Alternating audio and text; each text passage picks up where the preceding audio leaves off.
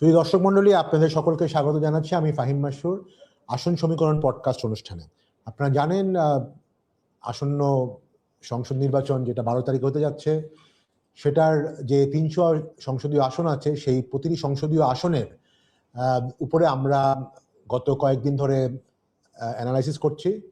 প্রতিটি আসনের historic voting trend, যেই ক্যান্ডিডেটরা আছেন, লিডিং ক্যান্ডিডেট যারা আছেন, তাদের উইকনেস অ্যান্ড স্ট্রেংথ আমরা অ্যানালাইসিস করি এবং মাঠের কিছু ইনসাইটস আমরা জোগাড় করার চেষ্টা করি। তারপরে আমরা একটা প্রেডিকশন করি। আমাদের সাথে যারা থাকেন উপস্থিত, যারা এক্সপার্ট, তারা ব্যক্তিগতভাবে তাদের নিজস্ব একটা প্রেডিকশন তারা দেন এবং তারপরে আমরা এটাকে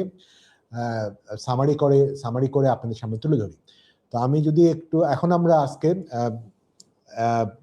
পার্বত্য চট্টগ্রামের 3টি জেলা বান্দরবন, খাগড়াছড়ি এবং রাঙামাটি নিয়ে আমরা প্রেডিকশন করব।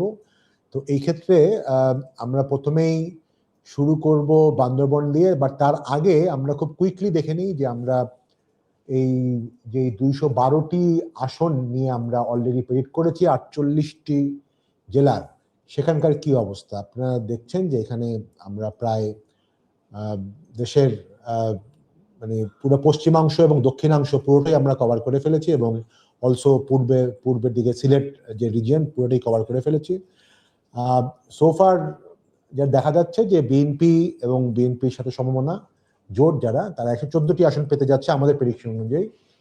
জামাত এবং এনসিপি জোট 74 এবং জাতীয় পার্টি 4, স্বতন্ত্র এবং অন্যান্যরা 17টা এবং ইসলামিক আন্দোলন 2টি। তো এটি বর্তমানে এই 212টি আসনের উপর ভিত্তি করে আমাদের প্রেডিকশন। তো আমরা যদি এখন বান্দরবনে চলে যাই, বান্দরবনে আপনারা জানেন প্রতিটি জেলায় একটি করেই আসলে আসন, যদিও জেলাটা অনেক বড়, বাট পপুলেশন অনুযায়ী জেলায় একটি আসন হিসাবেই এই জেলাগুলিকে সংসদীয় আসন বরাদ্দ করা আছে। এখানে 2 জন প্রার্থীর মধ্যেই হয়তো মূল প্রতিদ্বন্দ্বিতা হবে। এখানে বিএনপি থেকে সাচিন টুকে নমিনেট করা হয়েছে, প্রার্থীরা দেওয়া হয়েছে এবং জামাত এনসিপি জোটের এনসিপি প্রার্থী আবু সাইদ মোহাম্মদ সুজাউদ্দিনকে এখানে প্রার্থী করা হয়েছে। তো এখানে নর্মালি হিস্টোরিক্যালি আওয়ামী লীগই জিততো, মানে প্রায় বোধহয় 60% আশেপাশে ভোট পেয়ে আওয়ামী লীগই জিততো। মোস্ট প্রবাবলি দীপেন তালুকদার নামে একজন আছেন, উনি বেশ কয়েকবার জিতেছিলেন। বিএনপির শচীন প্রু আগেও নির্বাচন করেছিলেন এবং উনি বোধহয় মোস্ট প্রবাবলি 2008 সালে 38% ভোট পেয়েছিলেন। আবু সাইদ মোহাম্মদ সুজাউদ্দিন একেবারে নতুন ক্যান্ডিডেট। উনি খুব যে বেশি পরিচিত তা না, জাতীয় লেভেলেও খুব বেশি পরিচিত না, বাট লোকাল লেভেলে নিশ্চয়ই পরিচিত কিছুটা আছেন, এই জন্যই তাকে নমিনেট করা হয়েছে এবং জামাতের সাপোর্ট উনি পাবেন। তো কি মনে হচ্ছে জ্যোতি এই আসনে?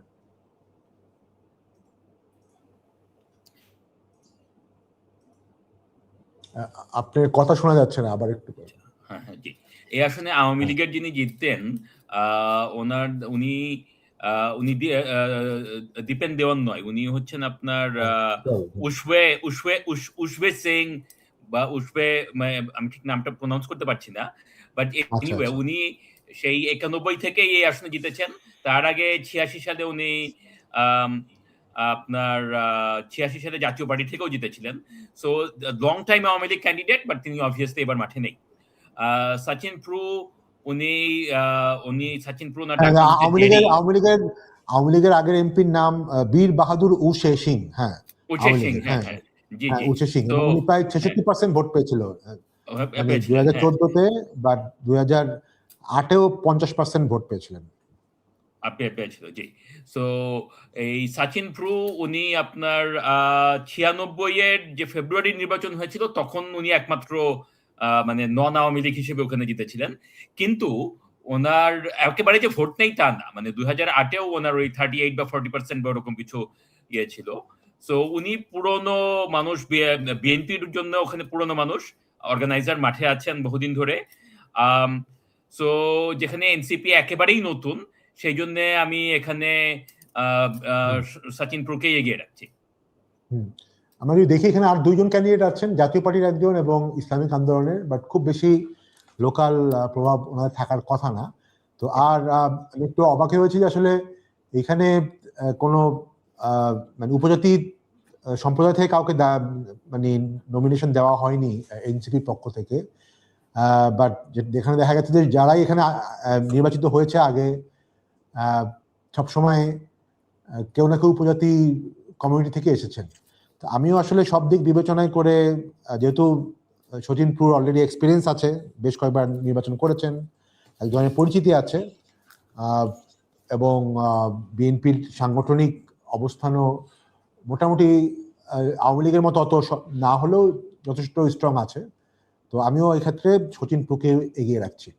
আমরা এই আসনে মনে করছি যে শচীন প্রুই জিতে আসবে। আমরা যদি একটু এখন রাঙামাটি আসনের দিকে যাই, রাঙামাটি পার্বত্য অঞ্চলের আরেকটি আসন যেটা রাঙামাটি, সেটা নিয়ে আমরা একটু আলোচনা করি, তারপরে আমরা একটা প্রেডিকশনে যাব।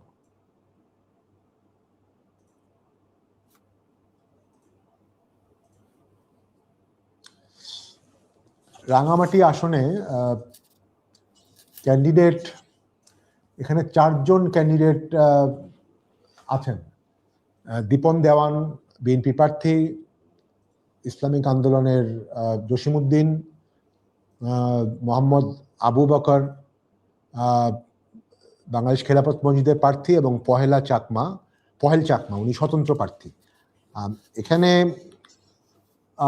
2 জন উপজাতি প্রার্থী, দীপেন দেওয়ান এবং পহেল চাকমা। এবং যদি আমরা একটু হিস্টোরিক্যালি দেখি, খুব বেশি মানে এখানে আসলে বিএনপি আওয়ামী লীগের মধ্যে থেকে যে খুব বেশি হয় তা না, মোটামুটি স্বতন্ত্র হিসাবেই হয়তো বেশি নির্বাচিত হয়।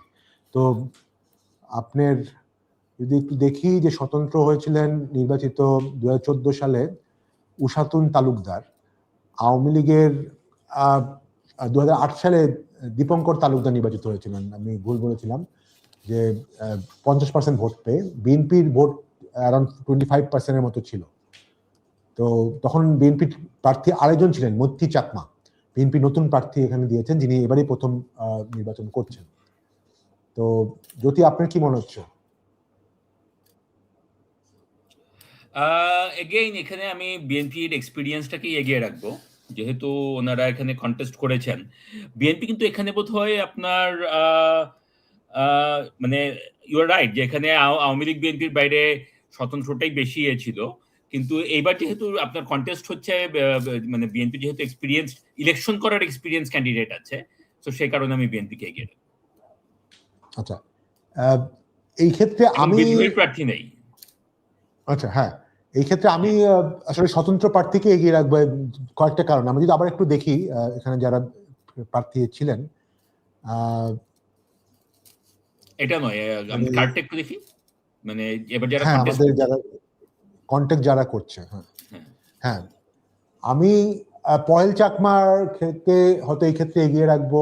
মেইনলি উনিও একজন মানে উপজাতি কমিউনিটি থেকে এসছেন,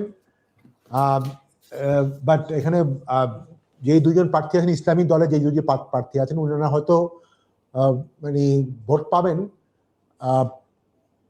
কিছুটা হলেও হয়তো বিএনপির ভোট হয়তো কাটতে পারেন, এই জন্য যে যদি বাঙালিদের ভোট হয়তো কিছুটা ওনারা পাবেন, বাট উপজাতি ভোটটি আসলে ডিটারমাইন করবে এখানে কারা জিতবে। তো এই জায়গাটাতে যেহেতু বিএনপির 25%-এর বেশি ভোট আগে পায়নি দেখা যাচ্ছে, আমি এই জায়গাটাতে পহেল চাকমাকেই এগিয়ে রাখবো, ওনার স্বতন্ত্র প্রার্থী যিনি আছেন।